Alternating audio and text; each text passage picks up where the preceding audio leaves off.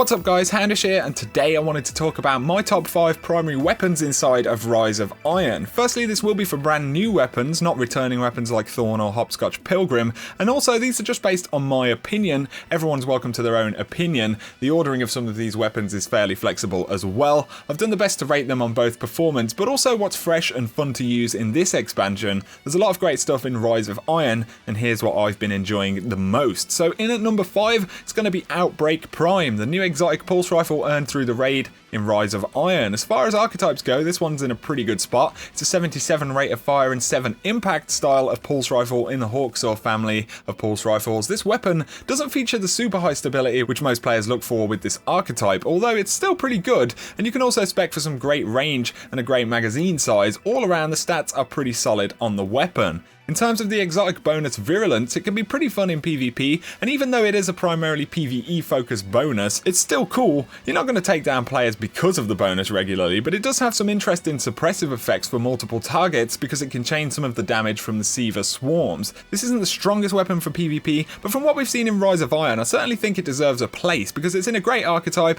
and it has that cool factor and a high light level as well, which has certainly made this weapon pretty popular since it's become available. Up next though, and it's already getting hard for me to decide where to put these things, but I'm going to go with the Palindrome. So this is the new Crucible hand cannon available with a pretty fantastic roll straight from the Crucible Quartermaster. The Palindrome is a 22 rate of fire and 81 impact style of hand cannon in the ever popular Fatebringer, IS Luna, Hawkmoon family of weapons. Notably, the Palindrome can hit a 62 range stat with rifle barrel, which is exactly the same as IS Luna, which is probably the most popular legendary hand cannon we've seen in PvP, because of course that range stat is super valuable on hand cannons these days, and this weapon is very good in this department. Paired with rangefinder, the effective range of the weapon is really good. The stability and reload speed in particular leaves a little bit to be desired, at least in comparison, but it has a high aim assist of up to 70, which beats Luna by a fair amount, although that does have its pros and cons. On the whole though, this is a fantastic hand cannon for PvP. It has nearly all of the right stats exactly where you want them, and considering you can buy this thing from the vendor,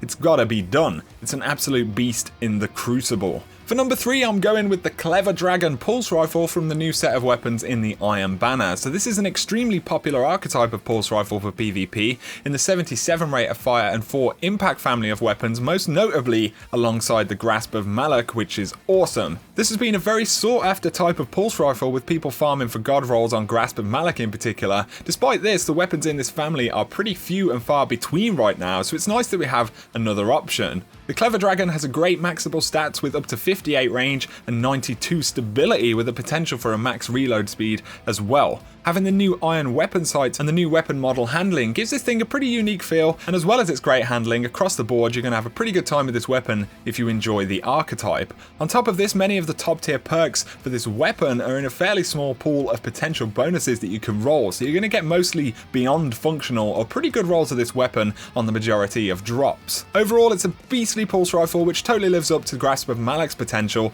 and also offers an alternative if you haven't been lucky enough to get a Grasp of Malak yet, especially when it becomes the feature primary for Iron Banner. The grind for god rolls will be pretty real. Up next is the Distant Star, and this is the scout rifle in Rise of Iron's Iron Banner. Firstly, I put this higher than Clever Dragon, not so much because of performance, but because it's a pretty rare archetype of scout rifle on the whole, and on top of this, the bonuses you can roll here can be really exciting too. The Distant Star is of the 42 rate of fire and 38 impact variety of scout rifles, so it's just like the Miter Multi-Tool, which is of course a very popular weapon. Distant Star has really good handling, allowing you to get a very similar level of performance to the Miter Multi-Tool. We have a maxable range stat of up to 92, so it's going to get you ranged kills more than other weapons in this archetype for sure. On top of this, the Distant Star has up to 85 stability, which is super strong, and again, on the whole, the weapon feels really fresh and effective in PvP.